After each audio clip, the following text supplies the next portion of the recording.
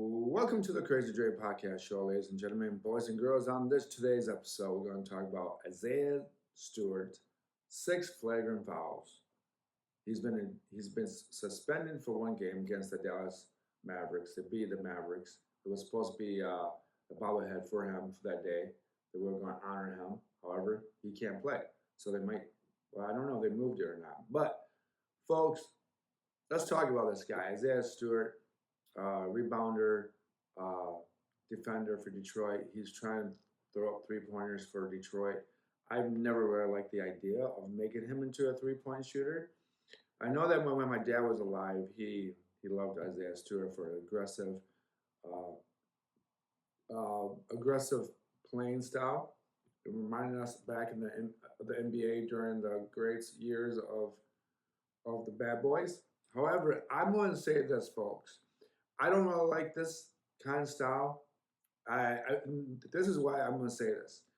I say this because the way that the N.B.A. is being promoted in America is different than what is being promoted in the European countries. In the European countries, their promotion is based on talent and skill among white players, and everyone knows about Dirk Nowitzki and Luka and Nikola Jovic that play for Denver. One plays for Dallas, and their talent skills are totally different than white players in America. But where is this going with African Americans when I'm saying they're promoting African American fighting? Well, let's put it this way: we've had a couple 6 fouls, flagrant fouls, Isiah Stewart. We've had just the other day, we had Giannis being pushed by CP3. And I know Giannis is a European Greek player that plays in the N.B.A., but that's a little different because you have CP3, who is Chris Paul, and he basically is overage, can't play no more. There was a little kind of a push foul, I guess you'd call it. I don't know how Giannis could lose his balance or being thrown that far from CP3. And when I keep watching this review of the replay, I don't see how that's possible. But what I'm seeing, though, that the N.B.A. is trying to promote black athletes to pick fights with each other, and it's not based on the past of how the style of the game was played. And the style of the game played in the yesteryears was that you would drive the ball into the basket. It was a pick and roll. There was a lot of that going on, and then the player would drive into the basket. There'd be a lot of hard fouls, and and then you would shoot your free throws. But today, you get guys who are oversized and guys who are very small and little trying to pick a fight with another guy. It's basically what you would call a cockfight, where you get two birds, two roosters fighting, but one's bigger than the other, and the other one's smaller, and then they bet. But that's how they used to bet in the South or wherever you were at back in the day. You would have dog fights, cockfights, in that style, and that's kind of what's happening now in the N.B.A., where you get these 2 black guys fight for a rebound, which is not even worth a rebound to grab into, because the momentum of the game isn't based on defense, it's based on offense. So their aggression for a rebound isn't a big deal because you're going to get more shots. And as more shots you can get, the more percentage of the opportunity you have the opportunity to score. Where back in the day, you have a lot less shots, so those rebounds would be much more important for your team to grab those rebounds. And then back in the day, you have to earn your points on the free throw line if you couldn't complete the basket going into the lane. But this is the bizarre thing about this, is that you don't see Luka, you just don't see Nikola. You don't see those guys fighting amongst each other. Okay, you would assume that these 2 white guys, European players, would have this kind of mini arch rival against each other because they're trying to compete for for the balance of the NBA or for the popularity of the NBA or to not really the popular NBA, but maybe the idea of showing off to each other and say, I'm the best player, I'm better than you are. And that's how it should be played. But you see these two guys, these two European players, they're best of friends. They're really odd. They're best of friends. And they're not going to fight over a rebound and they're not going to throw elbows against each other. And the NBA is struggling with that in the United States because we don't promote great athletic players anymore. We promote character. I mean, I wouldn't say characters. We promote an image, and that image is LeBron James, Kobe Bryant, Michael Jordan, and then it was between like the Larry Bird and Magic Johnson. And that era of physical play was much more relevant in that field because in the 70s and the 80s, the NBA wasn't really anything in the early 70s and then especially in the early 60s. So a lot of those guys back in the day fought and they would fight and they would be aggressive towards each other. And, you know, I'm not going to speculate if they were on drugs or alcohol or whatever it was. I'm not going to go that far. I'm just going to say that back in the day, it was, you know, you would fight for a basketball. You would fight to be on the court. You would fight for the next paycheck because being paid back in the day was really important for those players because most of those guys would have to have a part-time job. So understand that part. But you have to go back to where Magic and Larry Bird would play against each other, and they've met in the national championship game between Indiana State and Michigan State. And these two guys created an arch rivalry, but they learned to respect each other. But on the court, they would play each other hardcore. And these two teams, the Celtics and the Lakers, were not the first team in the early 70s and the 80s. I mean, in the 80s to do that. In the early 70s, it was, you know, Dr. J and in that era, but they were still playing somewhat physical. But the promotion of the NBA didn't become big until Magic and Larry Bird. But there was a lot more physical play because a lot of the other players on the team could not really shoot. So it was either Larry Bird, McHale. McHale was a good rebounder, a good pick and roll kind of guy, but you know he played his back to the basket. And then you had Ben Johnson, not was it? And then you had your point guard, Danny Ainge that could hit 3-pointers. So you had a lot of opportunities in that play that other players could shoot. But Danny Ainge was not going to be the guy that would drive into the basket every time and get fouled because that wasn't part of his game. But if he did that, he would get fouled hard by Rambis or Brian Scott or Michael Thompson the first. His son plays in the NBA now, but you got to understand that was part of the game. So in order to stop a momentum of the game of the other team scoring a lot of points, you would drive into the basket and get fouled and then shoot your free throws. If your team was struggling on the field or on the court, hitting 2-pointers or 3-pointers and all that. And remember, back in the day, they didn't have 3-pointers. But during the Larry Bird, Matt Johnson era, the 3-pointer was in place. So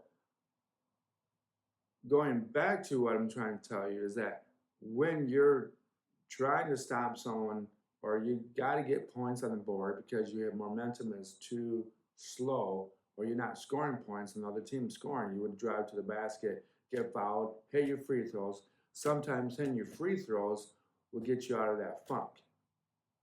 But in today's NBA, those guys are not going into the lane. They're not going to work on the free throw line. They're not going to get those points.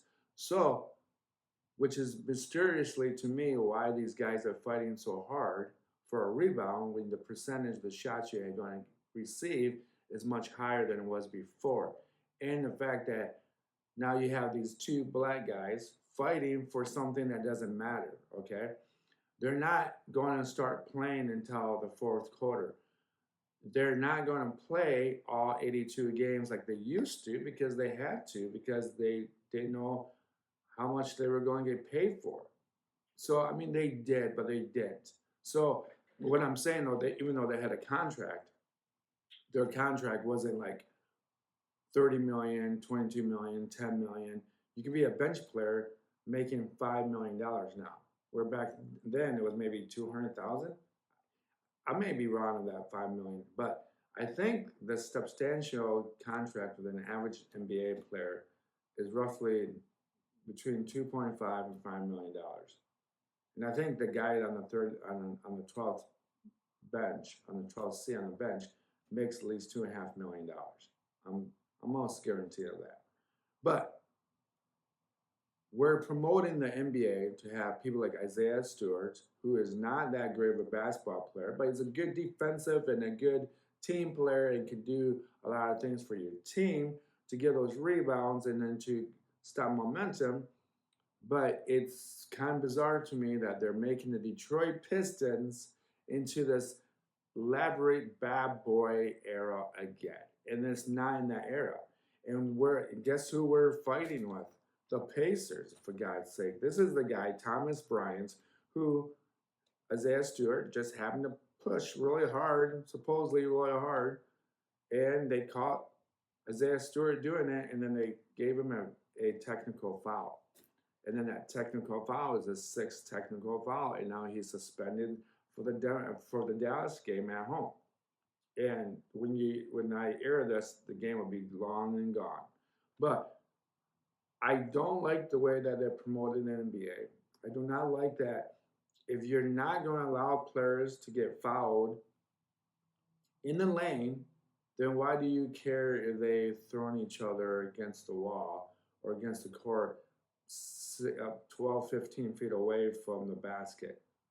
I mean, that's just stupid, okay? And I think the NBA is losing their money and losing their britches. I think they're losing their britches because they don't promote. Well, I don't know if they don't promote it, but I don't think that a lot of these players, like I said before, a lot of these players, a lot of these African American players, a lot of these white players, white American players, don't simply need the NBA to make money anymore. There's no reason for them to play 82 games a year. There's no reason for them to be throwing each other against the court just for a rebound. There's just no reason. They're making their money off their promotions. They're making money off their small businesses. They're probably putting their money in their IRA accounts, and they should. And if they don't spend they don't spend their money on dumb shit, they'll be okay. Like, Dr. J once said to Charles Barkley, you don't need 4 cars. You can only drive 1 car at a time. But I tell you the truth, if I was making $1 billion, if I made $7.6 million this year, and I don't, and I poor as a mother, but I was going to swear right there, but I stopped. But if I was given $7.6 million for 2 seasons, or two fiscal 2 years, I probably would buy 2 cars, maybe the third car. And I probably would buy a condo somewhere in the South. And I probably would, have a nice house. Because I never had that type of money. And that's how you have to look at these other players who grew up with nothing. So it is kind of stupid to say what I was going to say. To say what I just said. Yes, we would spend a lot of money. Yeah, I would spend a lot of money. But I would tone it down. But today's NBA players, I think they just know the importance of not having that much money. So they understand that they don't have to live by every single paycheck. They can balance their account out. I think they have had that experience of other players in the past, understanding that everyone can go broke off the $100 million contract, like Antoine Walker, of the Boston Celtics, he went broke. He's broke. But I just think a lot of these players are a lot smarter. So I just don't understand. I just don't understand why they're promoting as Detroit Pistons. I got my Detroit Pistons hat on. Why are they trying to promote us to be the bad boys of the NBA? Why are they trying to make us into to the aggression of these players? Why is CP3 pushing Giannis when Giannis is twice his size? And to be honest with you, if it was a street fight, Giannis would probably beat him up. Would CP3 play fair? Probably not. But a couple of good hits on the head over CP3's head would probably be enough times for CP3 to say, enough, retreat, I give up. You know, promoting black athletes to fight for a game that doesn't really matter anymore is a bad thing. What you want them to do is promote the idea that you want them to win a championship. You want to make it a big deal again. And that way, if you make the NBA Finals a big deal, that's something to work for. And I don't know if giving them more money to get, I don't know if by give them more money to be one of the teams in the NBA Finals is a something to work for, but even winning an NBA Finals isn't really a big deal anymore. I don't see people saying, "Oh, I wonder who's going to be the next champion." You know, I don't care about the Celtics. I love the Celtics. I love the idea they have Jason Tatum. I think he's a great player, but he doesn't have anyone. He doesn't have an arch rival against him, and that's probably the problem with the NBA. They don't have rivalries anymore, and you know they're not going to have LeBron James, who's 40 years old, and no one really cares about that anymore because he's old, and his son Bronny shouldn't be playing in the NBA in the first place. It's horrifying to know that you could have been the LA Laker player that could have been picked over LeBron James' son, Bronny, but you didn't because LeBron James told the organization to pick his own son. And that is the political injustice of the NBA, is that they're not making players want to win a championship. Championship means nothing. I think a couple years ago, Jovic of Nikola Jovic from the Denver, after they won a championship, he was surprised that they had to celebrate the championship win in Denver, and he wanted to go back home. So even if the European players don't care about NBA finals or championships, then why do American players, that regardless if they're white or black, care about winning a championship? That's something you got to think about. If you don't make them want to win a championship, that's going to be a problem. The NFL is also having that same problem now because they're doing the same thing with Mahomes. That's a whole different subject. Where they got Kansas City always finding a way to cheat, or the referees to pay them off, that is a problem. If you have referees dictating the game to promote a certain team to make the NBA Finals, and you're going to lose the interest of the fans because it's not real. Just like the NBA, LeBron James is not real no more. He's not realistic. He's not relatable. He's not relevant. He is not good for the NBA. And promoting black athletes to fight each other for something that's not worth it is very condescending to what competition is all about. There's no reason for that. So if you like this podcast, listen to my podcast. If you come back, follow it. I'm also on YouTube. I'm also, obviously, I did a YouTube episode, but to other people who are on Spotify, Apple Podcasts, anywhere that you can download my podcast, come and find me. Come listen to it. Just give me your opinion, honest opinion. I don't care if it's right or wrong. It's cool. But thank you for listening. Peace, love, and hopefully the NBA corrects this problem about promoting black athletes to fight each other for better ratings. There you go. I'm out. Peace.